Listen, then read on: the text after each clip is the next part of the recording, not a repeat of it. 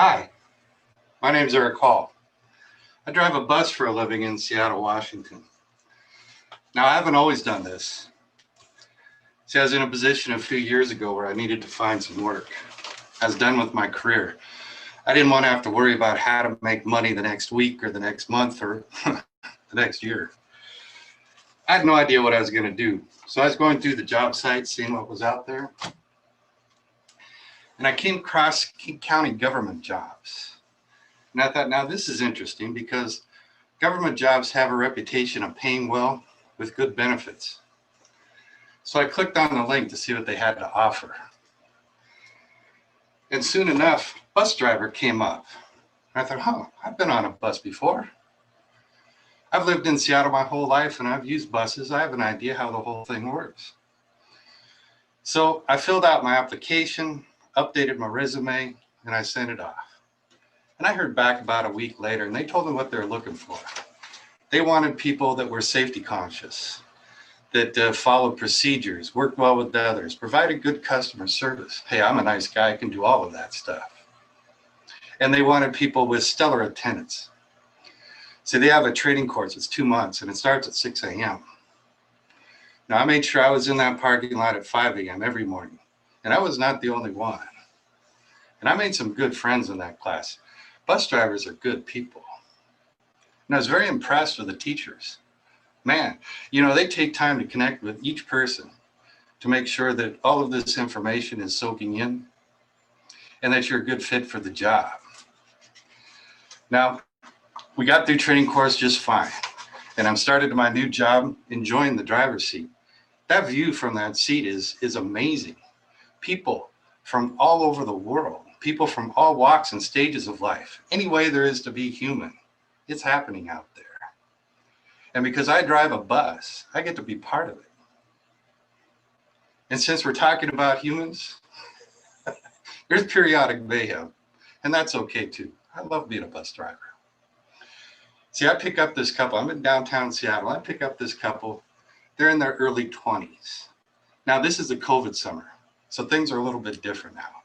We've got a yellow fabric barrier that sections off the front seat, the front door, and makes the drivers, about 6 feet buffer from our customers who enter on the middle and the back door. The couple runs onto the middle door and they make themselves comfortable. I continue on my route, but pretty soon she's making these odd sounds. And she's moving sort of erratically. It's a little disturbing. And I'm looking in my rearview mirror, and I'm impressed with him because he's so good to her. He just gently puts his arm around her, and he whispers something in her ear. And she settles right down. I continue on my route, but soon enough, they're doing the same things. Now, he's not wearing a shirt, and he's got these blue jeans that sag all the way down. He's got red underwears up. I'm a little not comfortable. That's his thing. And his girlfriend is this Islander girl with long black hair. And she's got this white ski jacket on, sweatpants. And they're moving up and down the bus, changing seats, erratic movements. I have to get on the PA system and say, folks, please have a seat. If I have to step on the brake or swerve, you're going to fall and hurt yourself. Now, she immediately complies, but he gives me the old Clint Eastwood eye. He's checking me out, and he sits down. But that doesn't last long. Soon they're up and moving around again. It's obvious drugs have kicked in. I have to get back on the PA system. Folks, please choose a seat. If I have to brake, you're going to fall and hurt yourself. Now, she complies again, but he's giving me that Clint Eastwood eye. And I ignore him, I just continue on. But soon, he's gone underneath this barrier, that yellow tape, and he's looking at me, and he's burning a hole into the side of my head. And finally, I have to say, sir, I'm going to ask you to sit, because if I have to step on my brake quickly, you're going to fly through the windshield. I hate to see you get hurt. God is the only one that makes judgments of men. He is the only one that knows what motivates us. Oh, man, those drugs just kicked in full force. I will have him come down and smite you. And he's got his cake cutter out and he's waving at me. Now we have to take threats seriously, no matter how absurd it is, because I know God's not going to come down and smite me. But he's waving this cake cutter around. So I call it into our transit control center. I've got a gentleman here that's going to bring God down and smite me. Okay, what is this? I will have God come down and he will fix your evil heart. Oh, I hear it now. Now his girlfriend comes up and she drops her pants completely and she's naked. I'm shocked. Hey, she's with me.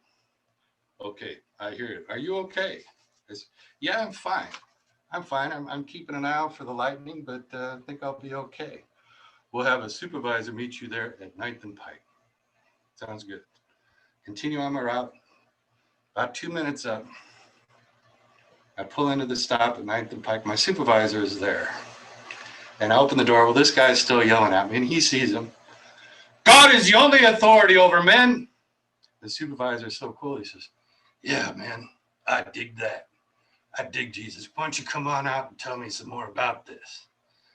Now, the couple's confused at first. And they're looking at each other. Then they look at me for, permission. Yeah, go ahead. And they exit the bus. And there's 4 or 5 people on there waiting to come on. One of them has this chainsaw in this plastic case. And I'm looking at the chainsaw, and I look at the supervisor. He says, it's okay, man. As long as the machinery is in a case, we can bring it on. It'll be all right. And I said, oh, that's cool, man. The day where the guy with the chainsaw is a better choice than the guy with the cake cutter. Yeah, you got it, man. I hope your day goes better from here on out. I close the doors, continue on my route, and I finish the day. It was a beautiful day in Seattle. But it's not always mayhem. Most of our riders are what we call regulars. The people that are commuting to work, going to school, whatever they need to do, they get on the bus, and we see them enough where we get, some friendships going. We at least say hi, how you doing? But I got to tell you about one of my favorites. Her name is Katie. She's this developmentally disabled woman in her 30s. And she stands about 5'4". She's about 4 feet wide. She has this knit cap that's always crooked. And her eyes are the opposite of crossed. They go out each way. I call them googly. I know that's not the right term. And she's got some sort of a hip issue where it's sort of frozen or something. And she uses this walker. And she walks, kind of wobbly like this. So she doesn't sit, by bending. She sort of leans back and she aims. And when she's ready, she plops into the seat. And she sits like this. And she has this voice that's nasally because her nose is always runny and it is crusted over. And she's chatty. So she and I talk a lot. And I always know what's going on with her because she tells me where she's going. Today is my blood pressure day. I have to get blood pressure pills. Okay, Katie, we'll get you there. I have to go to the grocery store. I'm out of paper towels. Grocery store it is, Katie. Or my favorite. I have to go to the doctor today. He makes me bend over. I hate that. Yeah, I get that, Katie. I don't like that either. So this is how our conversations generally go. But a little while ago, she turned it on me. I pick her up at her normal stop. And we have another regular lady with big puffy blue hair. She's in her 60s and thick glasses on. And she enjoys Katie's conversation as well. So she often sits next to her and they chat a little bit. Katie gets on the bus and she says, what time do you get off work tonight? Well, Katie, I'm getting off work about 6:30 tonight. Then is your wife making you dinner? No, Katie, I'm not married. No. Oh, you're not married. How come? Well, I don't know, Katie. It's just never worked out. Are you nice to them? Well, yeah, Katie, I'm always nice to people. No, maybe I'm not as nice as I should be. I should be nicer. Yeah. Have you tried telling a joke? Well, yeah, Katie, but humor is relative and jokes don't always go across. So you're not funny. No, Katie, I'm not. Well, maybe if you were nicer, you might get a date. You're right, Katie. I'm going to try to be nicer next time. Now, finally, we arrive at the grocery store, and she waddles up, and she's starting down the ramp. Thank you. You have a nice day, Katie. And the lady with the blue hair just looks at me as she exits the bus, and I watch Katie waddle off to the grocery store for her paper towels. Now, just a little while ago, about a week ago, I guess, I picked Katie up again at her usual spot, and she tells me, I have to get paper towels. I keep paper towels by my tray next to my recliner. And when I recline, my feet sometimes go to sleep. And if I don't give them time to wake up, I'll fall. Then I don't make it to the bathroom in time. Then I get in trouble. I might have to get a caretaker. Gosh, Katie, I'm sorry to hear that. It's got to be hard to be careful all the time. I know. What time, she says, what time do you get off work? Well, I get off work about 6:30 tonight, Kate. Is your wife making you dinner? And I think I'll dodge a bullet this time. So I just lied to her. No, Katie, I'm going to take her out tonight. We're going to go out for dinner. Does she drive? No, she doesn't like to drive. I drive. Does she make you shower before you go out? Well, yeah, Katie, when I come home from work, I like to shower. If I'm headed out somewhere, you bet. Because you're sweaty. I work very hard, Katie. You work hard. So thankfully, we arrive at the grocery store again, and she waddles up next to me, and she says, are you nice to her? And I said, well, Katie, yeah, I'm always nice to my wife, you bet. Because there's this other driver. He's not nice, and he's single. You pick up paper towels. I know. So that's Katie. I enjoy her tremendously. She's good company. And she always seems to have the upper hand with me no matter what happens. Now it's Christmas time. They asked me to tell you a Christmas story. And this happened last Christmas. I have another regular. And she's in her 80s. I pick her up in North Seattle at a assisted living facility. She's always dressed really well. Her hair is always perfect. Her makeup's perfect. And we've never really had a chance to chat any more than good morning, good afternoon, how are you doing? But she's always struck me as someone with a professional background. And she carries herself well, just one of those people, you know what I mean? And Christmas is no different. She's dressed very nicely. She's got this long maroon jacket, and she's carrying this large Tupperware container. And she gets on the bus, and it's a light day because it's Christmas, and I don't have very many people on the bus. There's almost no traffic. And she sits down in front. We get a chance to chat a little bit. And I said, gosh, you look nice today. You look like you're going somewhere fun. She says, oh, I am. Today is the first Christmas my granddaughter has ever hosted. I said, oh, gosh, congratulations. That's wonderful. Thank you. Thank you. I'm really looking forward to it. I just adore her husband. They're such a cute couple. Oh, man, I'm glad to hear that. Boy, you're getting there early enough. You're going to have a full day. She says, yes, it's going to be a busy day. I cook. So you cook? Yes. In my family, grandmothers cook the holiday meals, Thanksgiving and Christmas. And so, gosh, that's a nice tradition. Family traditions are terrific, aren't they? She says, yes, they are. I learned how to cook from my grandmother.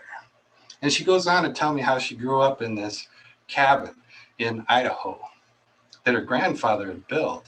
And it was made out of wood and stone. And they didn't have power at first. It was something they added later. And she grew up there. And then later on, she moved to Seattle, got married, raised her children. Now, I was really enjoying this story. I was love to get to know this woman. It's fascinating. And we arrive in the Woodland Park area. And she gets up and she approaches me with this Tupperware container. She says, "Here, I want you to have some of these muffins." And I said, "Gosh, those are beautiful. But really, I can't." "Oh, please. You're always so nice to me, and you're nice to everyone. I'd really like you to enjoy some muffins. It's Christmas." I said, "Well, thank you, ma'am." Now, normally I don't take food, but with her, I know these muffins are okay. And telling her no would be like telling Mr. Roberts that I don't want to be part of his neighborhood.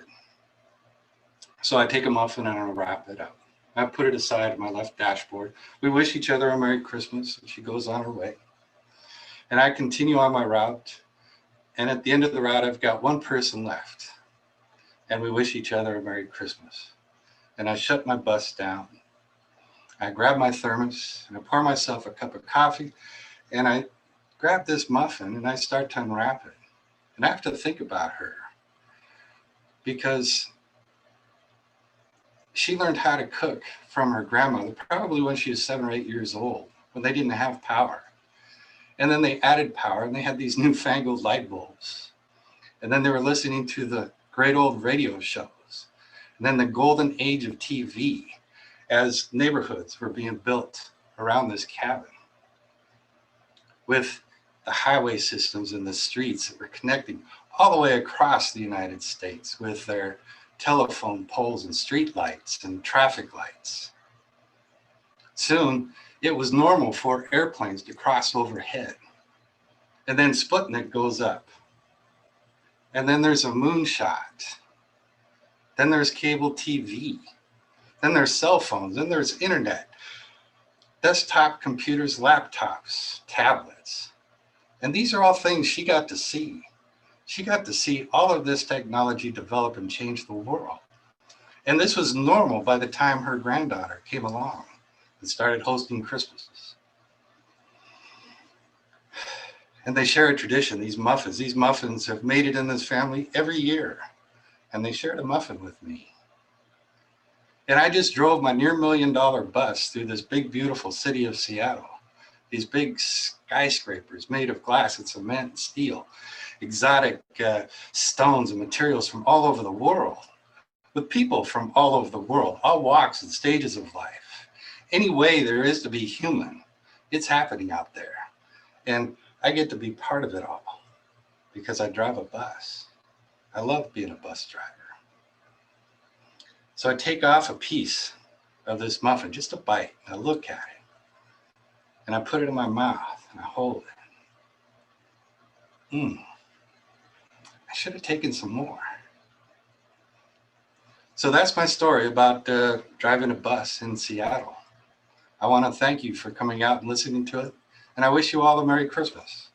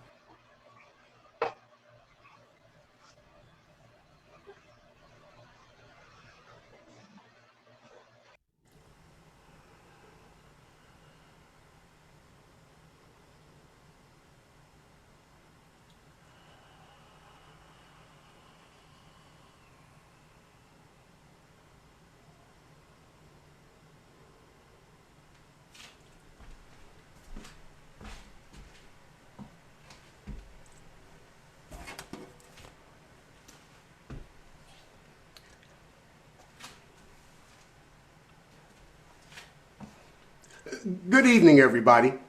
Wayne here. Really happy to be here at this season of traditions, and particularly at this time when the traditions are being challenged in certain ways, and getting an opportunity to be a part of a great Marsh tradition, Monday Night at the Marsh, really warms my heart. And I wanted to bring another tradition here. Every year, I try to find an opportunity to share this story with friends and family. It's a story I wrote years ago in one day, and it just kind of is one of my traditions. So here we go. It's called Richard James, a holiday story.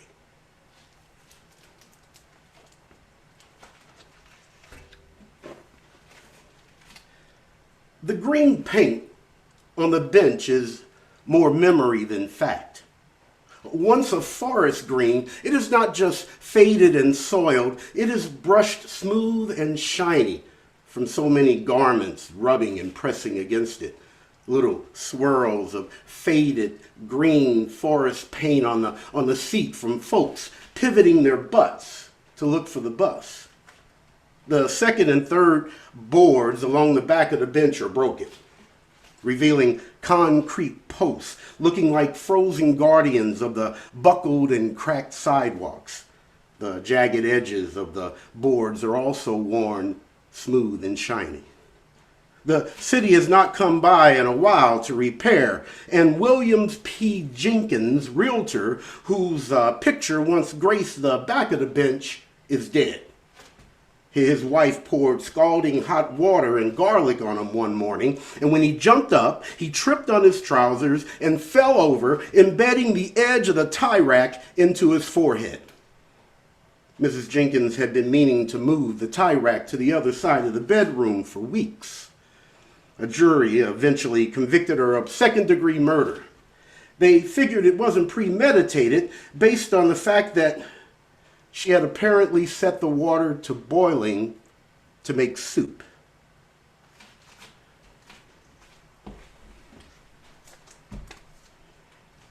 Richard James sits at the far right end of the bench, as far right as possible, almost, it seems, nudged up against an invisible wall. He's the only person on the bench. His size 42, black, relaxed fit jeans are gray from repeated washings, permanent wrinkles at the knee from repeated wearing.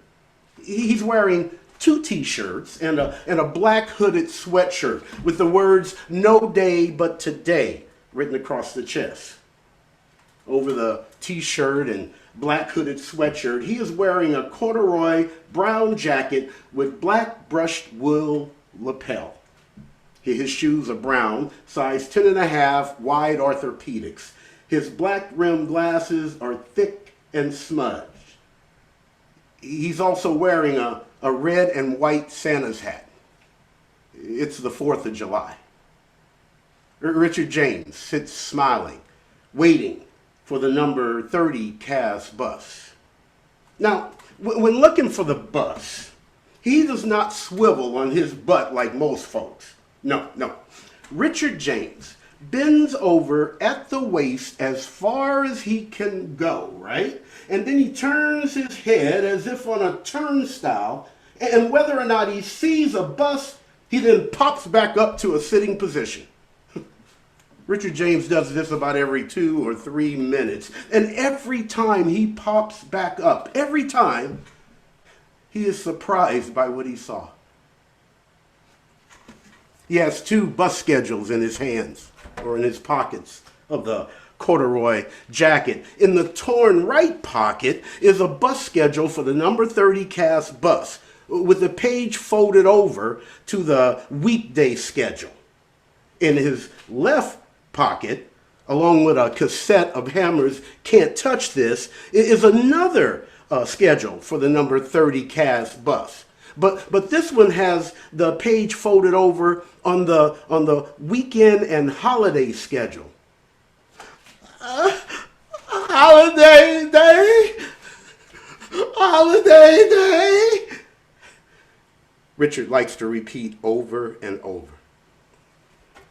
Evelyn James, his mother, had folded the schedule to the appropriate pages. When she put them into his pockets, she told him to only pull out one at a time.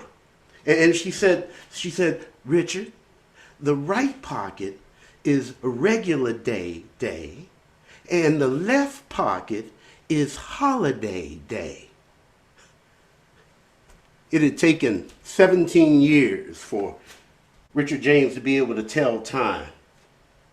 And Evelyn Jones always said it would have taken us another 10 if not for those new digital watches. He could never tell the longhand from the short. See, Evelyn James, she had underlined the times on the bus for the morning bus stop at St. Louis Avenue and Arlington Street. She told her son to match the numbers with the numbers on his watch. It was 2 years after teaching her son to tell time that Evelyn Jones had a stroke. At first, it merely felt like a tingling in her right arm, but she felt tired. So she decided to go upstairs and sit in her chair and watch the dating game, rest for a while. It wasn't until Richard asked her if he should wear one t-shirt or two that she realized she could not speak or move the right side of her body. It was another 3 hours before Mrs. Taylor came over to check on Evelyn. She was not answering her phone, and they always talked every afternoon after days of our lives. She found Evelyn paralyzed, eyes wide with fear in her chair, with Richard in the adjoining room facing a corner, looking at the 2 t-shirts in his hands. The kids in the neighborhood called him Richie James, as if it were one name, Richie James. Now, early on, by the time Richard was 2 or 3 years old, it was apparent, to everyone that Richard was different, slow, special. He ain't right, is how his grandmother put it. And that seemed to suffice for the rest of the family. I mean, it was the 70s, and autism was little known nor diagnosed at the time. But any label would be inadequate to describe just how far away from our reality Richie James actually was. Richie James, your shoes are wide and your brain is lame. Richie James, doing your dance while peeing your pants. Richie James didn't like to go outside much. It wasn't that the kids would make fun of them. That had actually stopped for the most part now that they had grown older. Most of the kids in the neighborhood that grew up with him had ridiculed him enough when they were young, being cruel like children can be. Now that they were older, they either ignored Richard James or treated him like a neighborhood pet. The young children in the neighborhood were a little afraid of him. There was this time last fall that a group of young men, not from the neighborhood, had attacked him at the bus stop. They said that he was taking up too much room and that he smelled. So they beat and they kicked him off of the bench. Richard, he just kept, getting back up and trying to sit on the bench, holding out his schedule, and they just kept kicking and beating him off of the bus. I mean, they took turns trying to outdo one another. Everything finally came to an end when Mrs. Ferguson from next door was coming back from her prayer meeting and saw what was happening. She ran up to those boys, pulled out her whistle, started blowing it and waving her Bible over her head as wild as she could. Richard ended up with a broken rib, concussion, and 14 stitches in his scalp. When this happened, Richard James was 19 years old, and his mother had never seen him cry. Never. Not even as a baby. Even then, he would only whimper. But when Evelyn James came into the emergency room at Homer G. Phillips Hospital, she could hear her son wailing from the lobby. He was being held down by a couple of policemen while an intern attempted to put in the stitches. All she could do was cradle him, rock him back and forth until he went to sleep. They kept him overnight for observations. And the next morning when he woke up, his mother was right there at his bedside with a wrinkled red and white Santa's hat. Richard James smiled so wide it almost opened up the cuts on his lip, and he just repeated over and over, "Holiday Day! Holiday Day!" Richard James loves Christmas. Actually, Richard James loves all the holidays. Didn't matter whether it was Arbor Day or New Year's Day or the 4th of July. They were all holiday days, and all holiday days were Christmas as far as Richard was concerned. And it had been many years since Evelyn James had even attempted to try to explain to her son the difference between Veterans Day and Christmas, or Lincoln's birthday and Christmas, or Halloween and Christmas. I mean, you get my meaning. Every holiday day was Christmas. And for Richard, it was time to tell the baby Jesus story. And his mother would let him wear the wrinkled red and white Santa's hat. Mr. Randy, the driver for the number 30 cast bus, always said that Richard was the bringer of holidays. Now, I don't know if it makes much sense to anybody but me. But when I see that boy, with his Santa hat on Memorial Day, well, you gotta laugh. But also, it's Christmas for him. He got it in his heart, and all that goodwill and that we hold on to, all for 364 days a year. He got that in his heart every day, and he reminds me. Yeah, he reminds me. Well, that goodwill towards men is a good thing, even if it's on Groundhog's Day. That's what he reminds me of. Yeah. So I tells him, you the bringer of the holidays. he wearing his little red hat and telling his little story. Well, it's holiday day. Richard James checks the calendar every morning. Every morning he wakes up, walks to the bathroom, pees, and then walks into the kitchen and goes and reads the calendar. Now, he usually isn't wearing his glasses, right? So he's standing about 3 inches away from the wall, and he reads the number on the square for the day. And if there is writing under it, any kind of writing under the number, even though Richard cannot read, he declares it Christmas, holiday day. He has done this since he was 8 years old. And as hard as Evelyn James has tried to tell her son about the meaning of each of the holidays, he would only get it confused as to how it all tied in with the baby Jesus. I mean, for years, she would try to tell Richard about, St. Patrick and why it was his day. She's rushing around trying to get ready for work, and Richard says, So the snakes, they came to see the baby Jesus? And the big star?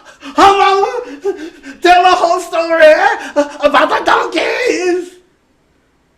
She would just look at him, smile, go over and pull out the wrinkled red and white Santa's hat from her dresser and tell her son the story of how Jesus was born. And she would be late for work again.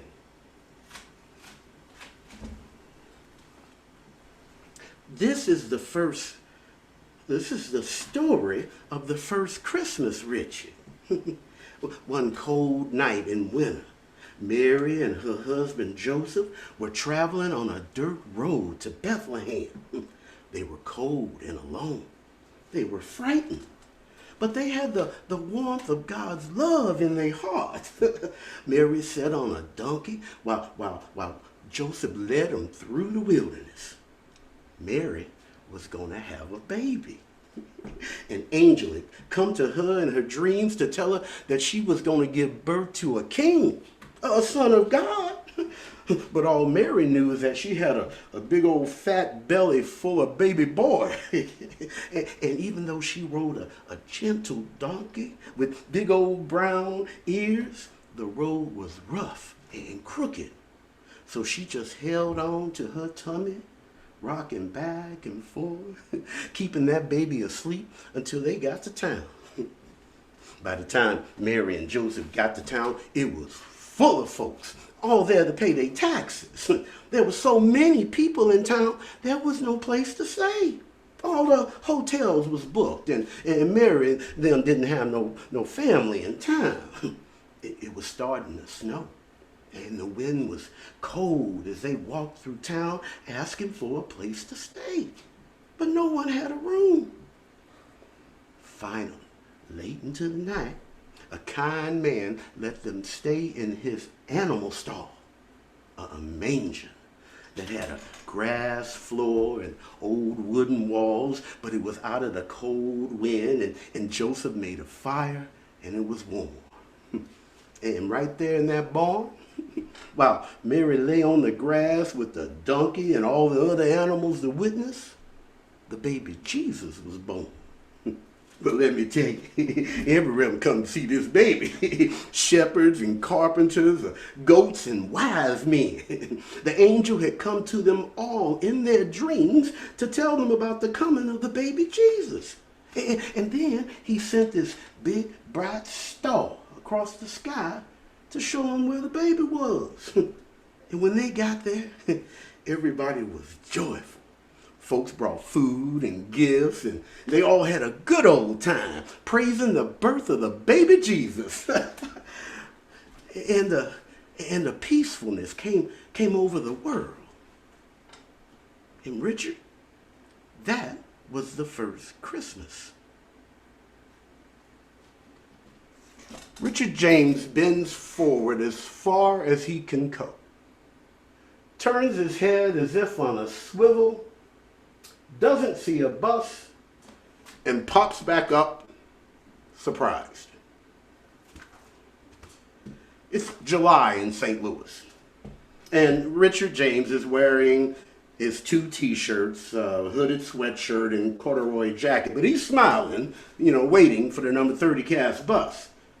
He did this every day except for Sundays. On Sundays, he went to church with Big Mama. But every other day, he took the bus to the center. I go to the center now. The center, and Ron, he take out the balls, and we do homework, and Ron takes out the balls. The center is a county-funded day program, work shelter. It's not open on most holidays, but that doesn't stop Richard James from going. Mr. Randy, who's been driving 33 years for the Metro, will stop the number 30 cast bus right in front of the center. Richard says, "I'm going to the center now, Mr. Randy." And while Richard slowly walks up to the door, the number 30 cast bus waits. After trying the door, pressing his nose against the wired glass, trying the door again, pressing his nose against the wired glass, he slowly walks back to the bus and says, "Rod is asleep, Mr. Randy. Rod is asleep." Mr. Randy smiles. "We'll come back tomorrow. He'll be awake then." Richard James then rides the entire route of the number 30 cast bus, loops around back to the stop at St. Louis Avenue and Arlington Street. Ever since his mother died, Richard has worn two t-shirts. After the stroke, Evelyn Jones never fully recovered. She never spoke again, but she did have a little bit of movement in her left arm and hand. Richard would come to her bedside every morning and ask if he should wear 1 t-shirt or 2. And she would struggle as best she could to straighten the appropriate finger for the season. Richard understood numbers to a point. It was the one thing that Evelyn had had the most success teaching her son: numbers, reading clocks and calendars, and how many fingers, Richard? It was a good thing for Richard to know, a useful thing. Most of the useful things Richard knew had been taught to him by his mother. Wait for the green light. things can be too hot. Don't take your penis out in church.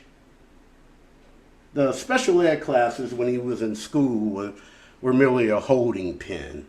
Richard did not do well with the other kids.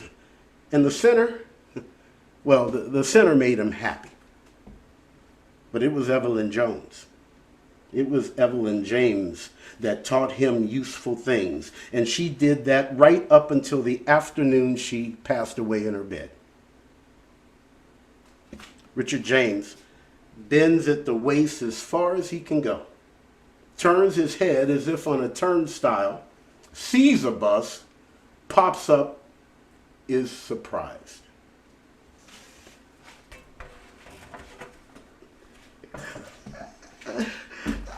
How you doing, Mr. Randy? I'm going to the center now. It's holiday day, and Rod to get the bombs. Yeah, it's the 4th of July. I see you got your hat on. You been behaving yourself? That's right, Mr. Randy. I'm behaved. Now, most of the people on the bus know Richard James. But it being a holiday, not everyone is a regular. So there are those who are a little startled by just how loud Richard talks. Richard James does not sit. No, he never does. He's grabbing with both arms that silver pole that goes from floor to ceiling, right next to that long sideways seat, right across from Mr. Randy. He likes to look out the long horizontal window, swinging. No, rocking back and forth. Well, you got your hat on. You gonna tell the story? What? What? The story with the big star? And the story about the baby Jesus. Yeah. The baby Jesus and the donkey. So Richard, he slowly kind of swings around the pole, facing the back of the bus. And he's looking back and forth at the 30 or so people scattered throughout the bus. This is the story of the first Christmas, Richard. It was cold. It was so cold, and Mary and the donkey and the big star was there, and Joe was there, and Mary was gonna have a baby. Mary was gonna have a baby, and it was so cold with the snow, swoosh, swoosh. But God loved it. God loved them, so they just kept right on going to town. They didn't have no place to stay. Mary didn't have no family in town. They couldn't find no place to sleep, so they ended up in it was so cold, swoosh, and they ended up in a garage. No, there was a manger. They ended up in a manger with all the animals. And Joe made a fire, and then the lamb brought Mary the baby Jesus. And all the animals had come to see the baby. The donkey with all the big ears, he come with all the other animals, and they all came, and the Easter Bunny was there, and George Washington was there. And then Debbie Fleming, who was on the back of the bus going to work, says, Richard, was Abraham Lincoln there? Yeah, Abraham Lincoln was there. And Mr. Randy goes, well, were all the veterans from the wars there, Richie? Mr. Randy, you had all the soldiers was there. And then a little boy in the back said, don't forget the Halloween mummy, Richard. He was there too, and screamed this little boy. And Mrs. Goldstein said, did they light the candles, Richard? And now people from all over the bus were asking if their favorite holiday characters were there. And Richard said yes to all of them.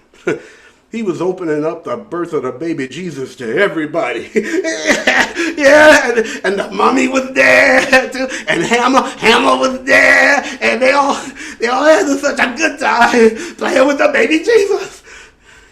And then they all climbed up on the cross and followed the big star to heaven. It was holiday day, and it was so peaceful. And that is the story of the first Christmas. Richard. And for a moment, there was this silence lingering in the air. And then a huge applause and yelling from everyone on the bus, including Richard James. Here's your stop, Richard. That's right, Mr. Randy. I go to the center now. Ron's going to take out the balls. And while Richard James slowly walks to the locked doors, the number 30 Cass bus waits. Thank you.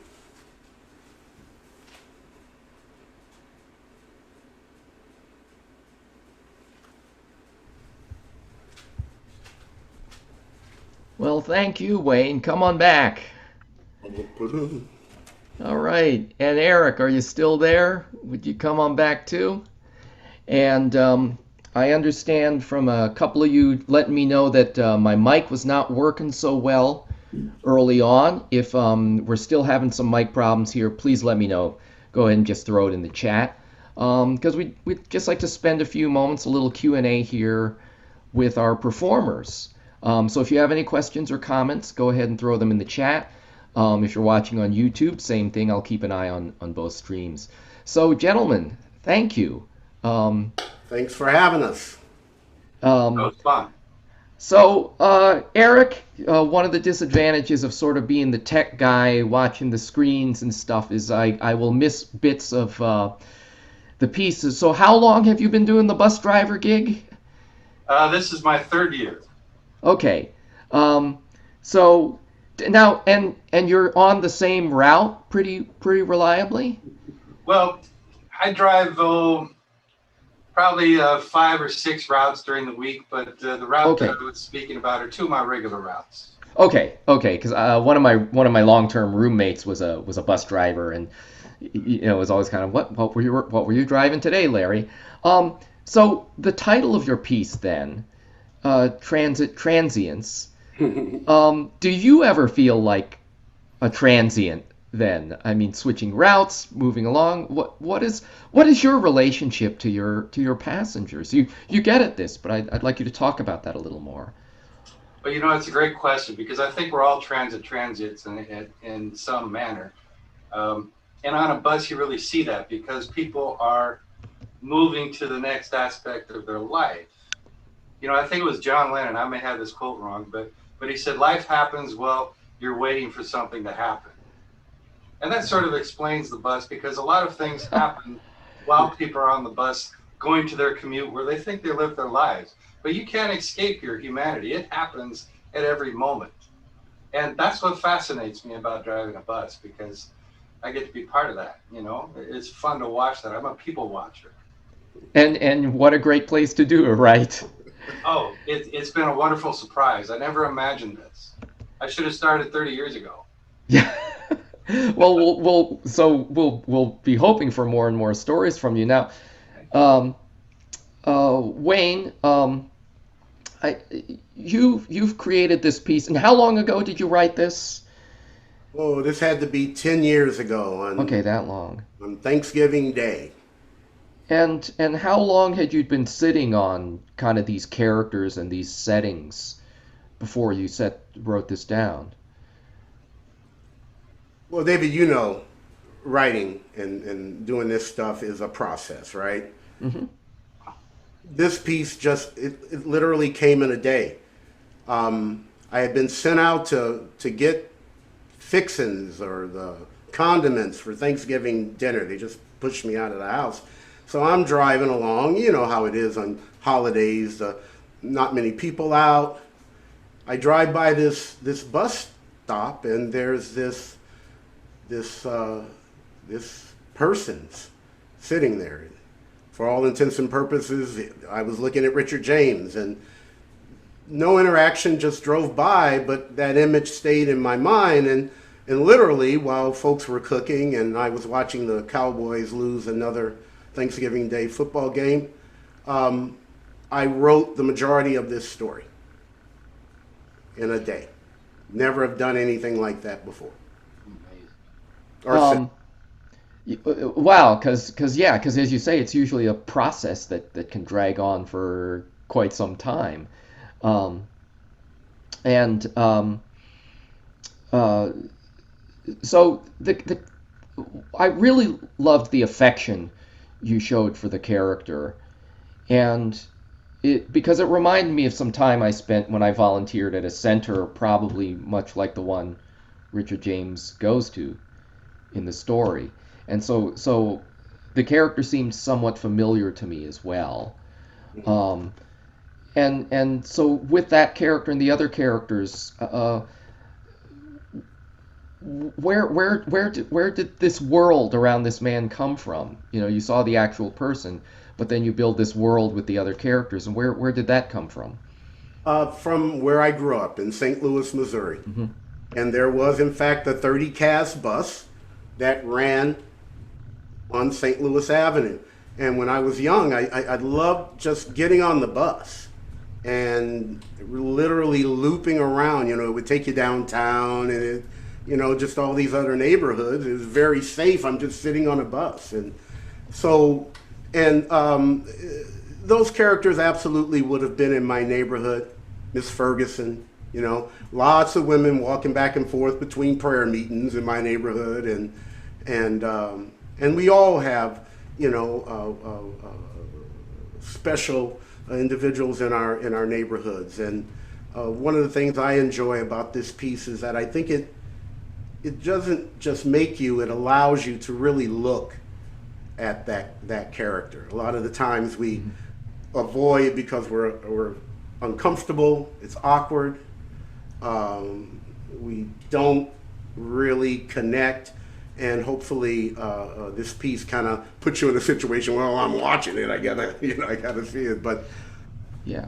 I'd like to circle back to that, and it relates to a question I had for Eric. But before I do, I'm seeing Gabriella wrote here in the chat. We actually have two shows going tonight. The Gabriella, the show you're referring to, is in our other Zoom room. I'm putting that in the chat. So I apologize if any of you are here expecting the David Ford class. If you are here, it's probably still going on. The link is in the chat. If you click that, you can go to that meeting, and it's probably still going on. This is Monday Night Marsh. The David Ford class is in our other Zoom room. So Eric, it's funny what you were just saying, Wayne, and I was kind of thinking, Eric, to your stories and the way you created them, and the relationship of you, the narrator, to these characters as you're watching. And let me see if I can word this properly. I guess how much do you feel as you write these stories? How much do you feel you're writing the characters in your head versus what you're actually seeing, what you're pulling out? Every storyteller kind of embellishes, and then I think in your position, both of you, you're subject to your own point of view, which is a great thing. And so how much of this is Eric's point of view? How much of it is biography of the bus people? That's a good question. And I've been writing for a couple of years, and this is my first performance. So the spoken word is a different take on the story. Mm-hmm. And that changes my form of thinking. When I write, it's I take in the whole environment, the whole action, so to speak, the scene, and I put it in some sort of context. But in this storytelling, it's more of a personal personality to personality approach, which is quite different for me. And it gives me a different view on how to write, because the exchange now becomes as important as the environment, which is secondary in the told story. I hope that explains it. Yeah, I think so. And I just think it's fascinating because it is this idea of character. You're so aware of character um, as part of the story, but then there is the setting of the bus, which is this mobile environment. It's always shifting, and geez, you make me want to go get a job as a bus driver to write stuff. I recommend, No, I'm kidding. I could never do it. I could never do it.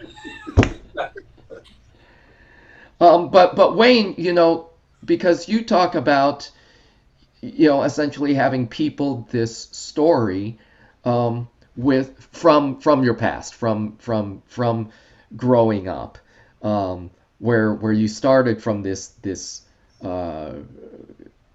incident from life, this encounter of sorts that you had with this character who would become Richard James. So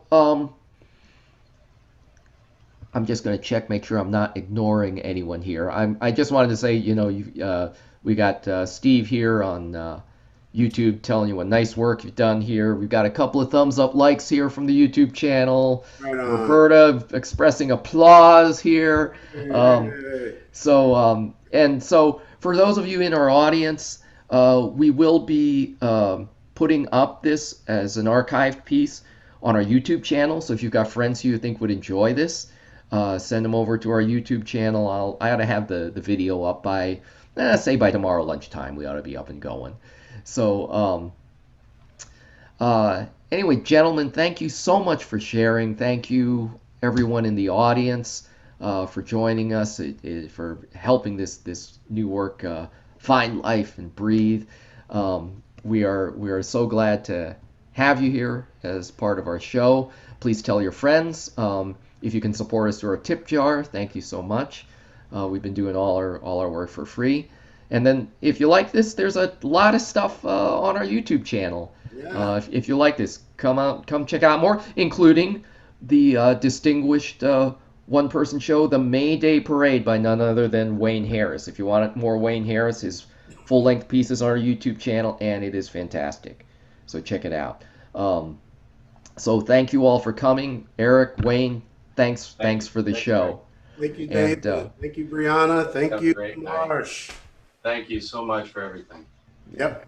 Thank you, Everyone. for coming. I see Santa checked us out. Did you see Santa's here? Wow. Oh, I missed it. All right. Everyone have a good night. Good night. Bye-bye.